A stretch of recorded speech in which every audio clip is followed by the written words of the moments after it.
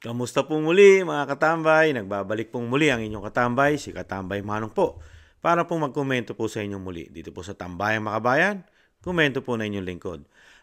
Ito po mga katambay, komentuhan po natin itong umuugong po na balita, lalo po sa mainstream media mga katambay. Dahil alam naman po natin na nagdiwang po ng kaarawan ang ating presidente, Marcos Jr. At nagkaroon pa nga ng mga ilang issue po, di po ba? Doon sa kanyang mga pangako at yung mga kanyang sinasabing pagtugon o pagtulong nung kanyang kaarawan at sinasabing regalo daw po ng Pangulong Marcos, di po ba? At lalo-lalo na yung sinasabing galing din naman sa taong bayan yung kanya itinutulong, di po ba? At ito po, ang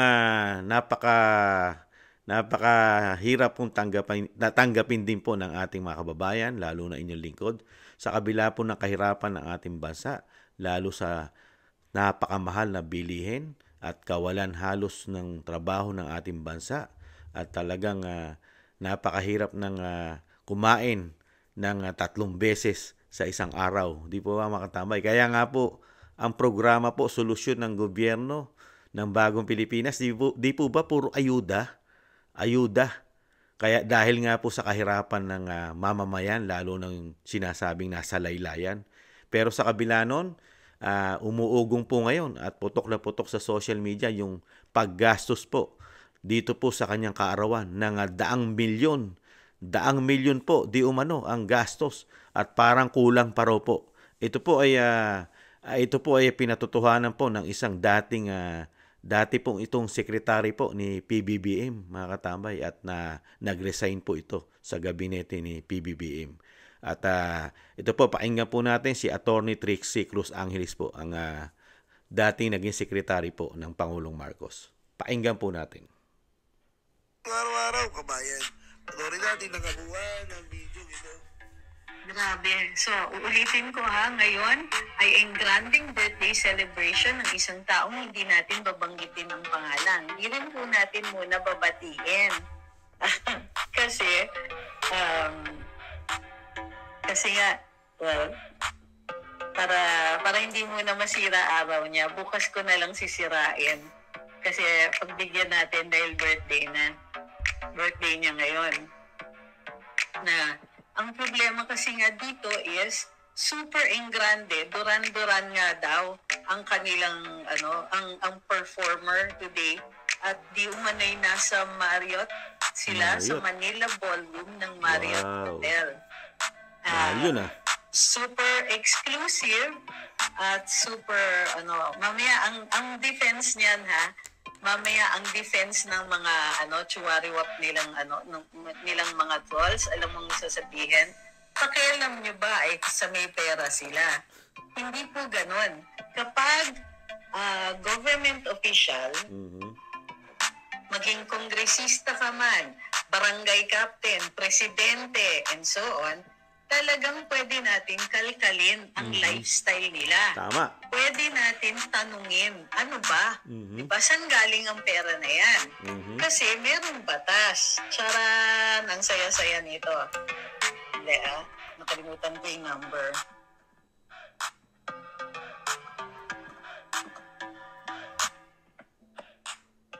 Hi, si Kay Banateros, La Arnie Vlog. Ma'am Christine says, bawal ilabas mga happening sa birthday kasi too opulent for the suffering Filipinos. Malamang. How sure are you walang pera ng taong bayan gamit yan? Pag government official yan ang first presumption.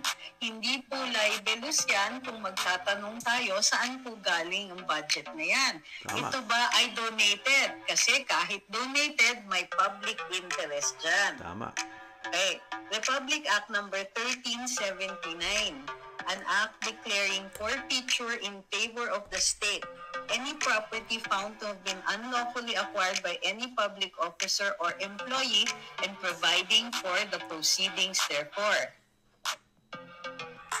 Mayroong tinatawag na presumptions. Kung ang kinita ng isang public official kung yung assets niya ay sobrang dami compared to what he could have earned in the period na siya ay government official, then maaari siyang questionin, maaari siyang kasuhan, at yung sobra dun sa kinita nila ay pwedeng i-forfeit in favor of the government. May batas pala na ganun. Luma na itong batas na to, ha? 1955. But it has never been repealed. Time out. Ito po mga... Kung ang birthday celebrant ang nagpa-party at ganyang ka-lavish, ganyang ka-extravagant, ganyang kamahal, may karapatan tayong magtanong, Sir, saan galing yung pera para dyan? Personal money niyo po ba? How can you tell? Will you waive the privacy of your bank account so that we are aware or we are sure or we are assured na hindi yan hindi yan public money na ginamit ninyo, hindi government money? At yun na Yan po mga tambay, di ba? Nakakalungkot lang po, di ba? Talagang sikreto pa yung ginagawang pa-birthday o birthday ng Pangulo sa Marriott Hotel po, mga katambay. Napakamahal po niyan. At ayon po rito sa mga balita sa social media, talagang karamihan po ng guests ng Pangulo dito sa Marriott Hotel, mga katambay, mga oligarko daw po di umano. At talagang mga sinasabing grupo po ng mga mayayaman po at kilalang kilala at kinikilala sa ating bansa, lalo po mga oligarko di umano. At meron pong umuugong din po at sinabi rin po ito at pinalabas din po ito sa social media ni SAS. Dahil na alam naman po natin si SAS napakagaling po niya na mag-imbestiga, lalo pagdating sa larangan ng internet, mga katamay, sa social media. At talagang umugong din po ang sikat po at talagang mahal na banda. Ito po yung mga ibang lahi, mga katambay, ibang lahi. Yung po ang magpiperform sa birthday po ng Pangulong Marcos, mga katambay. At isa pa, napakalaking gastos po daw. Ayon po sa ating mga katambay, mga kababayan, mga makabayang vlogger, mga katambay, na talagang hindi po bababa sa 100 milyon ang uubusin po ng kanyang party.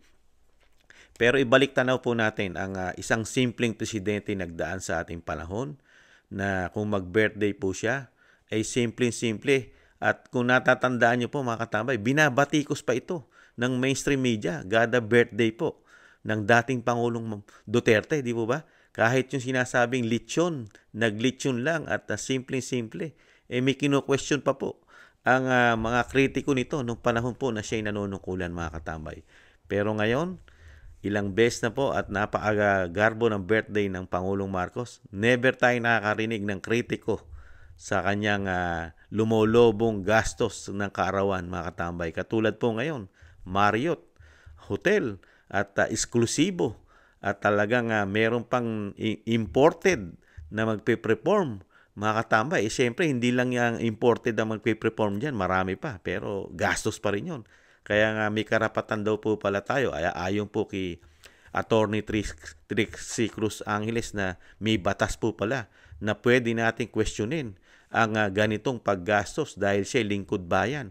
Saan po ba galing ang ginastos dyan sa ginaganap ngayon na birthday o ginanap ng birthday ng Pangulong Marcos? At kung yan po sasagutin niya at sasabihin na galing sa kanyang personal na pera, kailangan daw po hanggat maaari buksan po ang kanyang bangko o yung kanyang private bank na bankruptcy na tinatawag po. Di ba? Papayag kaya ang Pangulong Marcos na buksan ang kanyang asset, ang kanyang bangko, kung ano man ang mga record nito, mga katambay, sa tingin nyo? At para malaman ng taong bayan kung gaano rin kalaki. Dahil yan po pala susuriin din sa income. At lalo na kung ikaw ay isang opisyal ng gobyerno dahil ididepende rin yan sa salary mo, di po ba? Kung ilang taong ka nang nagtatrabaho sa gobyerno bilang Pangulo, 2 taon pa lang, mga katambay. Di ba? Siyempre, makukompute po yan ang sweldo ng Pangulo. Sumusweldo na po ang Pangulo ng Pilipinas na hindi bababa sa kalahating milyon. Pero gagastos ka ng mahigit 100 milyon sa iyong kaarawan. Mala lifestyle check ka niyan. mga katambay, di ba? Dahil 2 taon. At makikita dyan kung lumolobo ang iyong kayamanan dahil kayang mumububos sa loob lang ng ilang oras ng daan-daang milyon. Di ba? Kaya ito po sa nakikita po ng mga kababayan natin lalo sa social media ay napakalaki daw po itong korupsyon at pagwawaldas daw po di umano sa pera ng bayan. Ito po, ibalik tanaw po natin yung mga kaarawan po ng dating Presidente Duterte na sa bahay lang po, pamilya lang, siya nagbe-birthday. Presidente na po siya at tinutuliksa pa siya, mga katambay. Ito po yung mga ilang litrato. Tingnan nyo po. Simpleng-simple. Simpleng-simple po ang dating Pangulong Duterte kasama ang kanyang pamilya. Ayan po. Ito pa po. Tingnan. Ayan po. Ganyan lang siya kasimple. Pagka siya may lechon, birthday niya po yan, presidente po siya.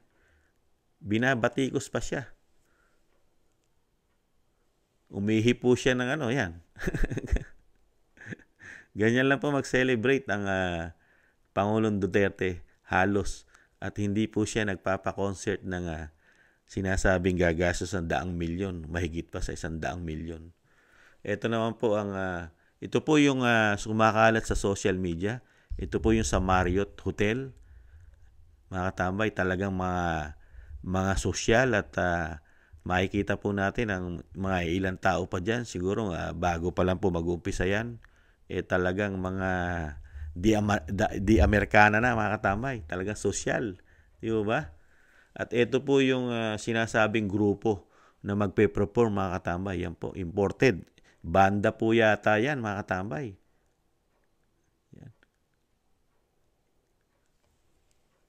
Sila po yan, Duran-Duran po. Duran-Duran po ang kanilang pangalan ng grupo. Pwede po nating i-search yan sa Google kung anong klase po silang grupo at kung ano pong klase silang mag-perform para sila'y nagustuhan ng isang Pangulo ng Pilipinas, mga katambay. Ang Duran-Duran.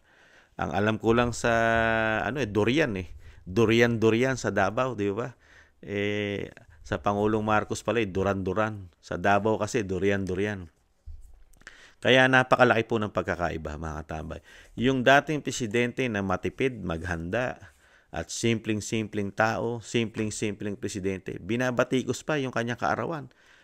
Natatandaan ng inyong lingkod, lechon lang, binatikos pa ng kritiko. Dahil marami raw nagugutom.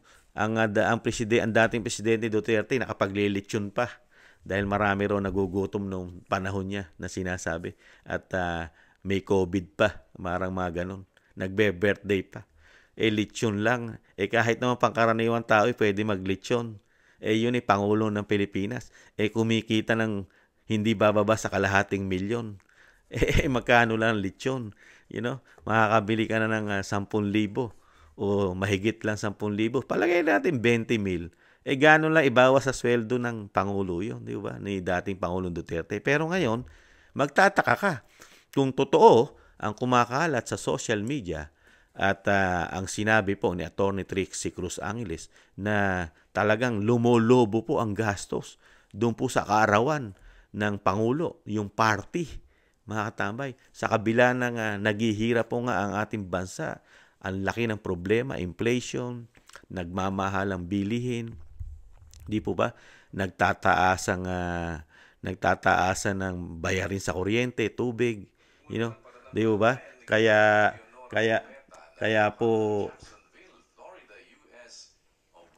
po nakakagulat lang po. Anuhin ko lang po sandali, medyo. Ayan. Kaya nga po nakakalungkot lang po, mga katambay. Sa kabila po ng ang problema ng bansa natin ay kaya nga di po ba ang ginagawa nilang solusyon ayuda, yung sinasabi ko nga po. Panay pamigay natin ayuda dahil sinasabi nila na napakahirap ng ating mga kababayan. Di po ba? Kaya nga raw sila budget sa Kamara at ang speaker ay punta ng punta sa sinasabi nga na mga probinsya dahil para magbigay daw ng suporta, tulong sa mga kababayan naghihirap. Pero kung gumastos naman sila, mga katambay, talagang grabe. Kung ito po may katotohanan, ang sinasabi ni Atty. Trixie Cruz Angeles, nakapangihinayang po, di ba? Dahil kung ito po ay pera ng bayan na ganun lang po nila gastusin, di ba? Nakakalungkot lang po. Parang naghalal tayo ng isang pangulo na talagang buhay hari. Naghalal po tayo ng isang buhay haring pangulo, hindi po lingkod bayan. Di ba? Parang hindi po natin siya kaisa sa kahirapan. Hindi po niya ramdam ang kahirapan ng mga Pilipino dahil nagbubuhay hari po yata ito sa Malacanang. At talagang yung pere, talagang parang ano lang po sa kanya. Parang papel lang at wala po siyang malasakit sa mga kababayan natin mga Pilipino. Lalo yung mga sinasabing hindi nakakakain ng 3 beses sa isang araw. Di po ba? Hindi po masamang mag-birthday mga katambay. Hindi po masama. Kaya lang, lingkod bayan ka eh. Yun nga po yung sinasabi ni Atty. Trixie Angeles. Ni Trixie Angeles, ni Cruz Angeles, na lingkod bayan tayo. Baka po tayo masilipan. Dahil nga po, kayo po ang presidente, tapos kayo yung dapat na nakikitaan ng malasakit sa taong bayan. Hindi yung nakikitaan po tayo na para tayong hari. Sa bagay, hindi naman natin matiis. Hindi naman natin masisi ang Pangulong Marcos dahil ito po hindi naman naghirap. Dahil ito po talaga, mula nung ito'y pinanganak hanggang sa lumaki, hanggang sa naging Pangulo, hindi naman po ito nagtrabaho. Hindi po nakatikim po ito ng paghihirap sa kanyang buhay. Kaya hindi niya po alam ang buhay mahirap. Di po ba? Dahil ang Pangulong Marcos, magmula na ipinanganak yan, never pong naghihirap yan. Hindi po nakaranas ng paghihirap yan, ang pamilya Marcos. Kaya po, paano niya po masasabi ang isang Pilipino ay mahirap kung hindi naman niya nararanasan yung buhay mahirap? Di po ba? Kaya lang naman natin na pagkikita yan dahil tuwing halalan lang siguro. Makikita lang po natin yan sa mga sinasabing mga proyekto niya dahil sa politika. Di po ba mga katambay? Kaya nga po, ang nakakalungkot lang po mga katambay, sinasabi nga po natin, talagang ganito po pala magtrabaho ang Marcos Jr. sa mga Pilipino. Itong generation ng Marcos, ganito po pala, talagang maluhong Pangulo. Ang tingin po, ang komento ni Kamanong, napakaluhong Pangulo, mga katambay. Maluho siya sa lahat. Napakahilig po niya sa mga bagay na talagang yung generation ng talagang dinadanas po ng mayayaman. Pangmamayaman po kasi yung style talaga ng Pangulo. Pangmayaman. Pang mga oligarko. Dahil yung kanyang, hindi po siya sa simple. Hindi po siya sanay sa simpleng pamumuhay o simpleng tao. Napakataas po ng kanyang standard. Komento ni Kamanong, napakataas po ng standard ng Pangulo ng Pilipinas. Dahil nga po ito'y nahihilera sa mga pamilya ng mga oligarko, mga katambay, mayayaman, mga bilyonaryo, mga may gintong kutsara po ito, mga katambay. Kaya po ang nangyayari po ngayon, talagang dadanasin po natin ito, mga katambay. Kung ito po ay matatapos niya ang kanyang termino, 6 na taon, talagang ganito po ng ganito ang ating makikita at maririnig. Kahit po kasi itago ito sa publiko, social media na po tayo ngayon mga katambay. At saka wala na po na itatago ngayon. Halos lahat po ngayon ay lumalabas na dahil internet na po ang ating bansa at social media na mga katambay. Kaya nga po dito po kahit po sinisekreto nila, nakalabas pa rin yung napakalaking pagdiriwang ng Pangulong Marcos ng kanyang kaarawan na hindi bababa sa 100 milyon daw po ang gagastusin dito sa kanyang kaarawan.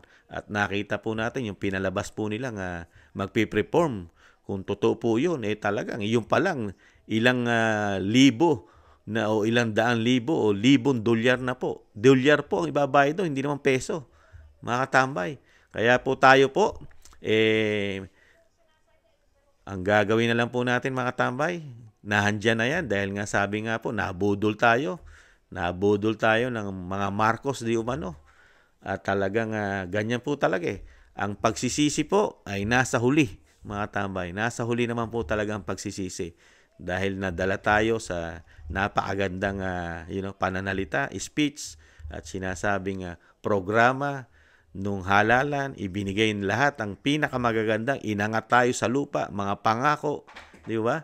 Napakaraming pangako, lalo-lalo na yung sinasabing pagtugon sa nagmamahalang bilihin, dahil nung panahon na siya'y nangangampanya, namamahala na siya ro sa bilihin nung panahon na Pangulong Duterte. Pero ngayon, mas lalo pa lang mamamahal, mga katambay, dahil kaibigan niya lahat ng negosyante sa Pilipinas, di umano, mga katambay. Ang mga oligarko, kaibigan po nila halos lahat. At sino po ang poproteksyonan ng isang pangulo kung kaibigan mo di umano? Ang mga oligarko, ang mayayaman. Di ba? Sino ang una mong poprotektahan? Di po ba yung mga kaibigan mo? Komento ni Kamano. Kisa ron sa mga kababayan mo na may hirap, na nagtatax, di ba? Inahan dito yung circular mo yung circle of friend. Nakikita naman po natin ngayon. Di ba? Komento ni Kamanong, sino po ang mga kasama ng Pangulong Marcos ngayon? Di po ba? Lahat ng mayayaman sa ating bansa, mga oligarko, mga matataas na halos mga politiko, lalo sa Kamara at sa Kongreso, halos kasama na po pati Makabayang Black. Halos, di po ba mga katambay? Kaya ganyan po ang mangyayari sa atin hanggang sa iaangat na lang po natin ang ating leeg at hihingi na lang na awa sa taas. Ganun na lang po ang mangyayari sa atin, mga katambay. Kayo, ano po masasabi nyo, mga katambay? Dito po sa muugong at kumakalat po sa social media ang napakaluho po na kaarawan ng Pangulong Marcos. Dahil nung mga nakaraan po, nakikita naman natin, di ba? Mga concert, mga travel, mga panunood ng mamahaling mga race car, na hindi po basta-basta tao makakapanood ng mamahaling mga race car, mga NASCAR, di ba? Ngayon naman, kaarawan na bumubuhos po, di umano ang limpak-limpak na salapi na sinasabi po na ito po ba ay pera ng taxpayer na taong bayan na inuubos po sa kaarawan ng isang Pangulo ng Pilipinas. Muli po mga katambay, nagpapasalamat po si Kamanong, lalo po kay Attorney Trixie Cruz Angeles at kay SAS sa mga impormasyon na nakikita po nila sa ating bansa at siyempre po sa namumuno sa ating bayan. Maraming salamat din po sa naagusto po ng ating maliit na channel, Tambayang Makabayan, sa YouTube at TikTok, at sa mga nagla-like, share, and subscribe, at sa mga nagko-comment, maraming salamat din po mga katambay, at ingatan nawa po tayo palagi. Muli po, paalam, bye-bye.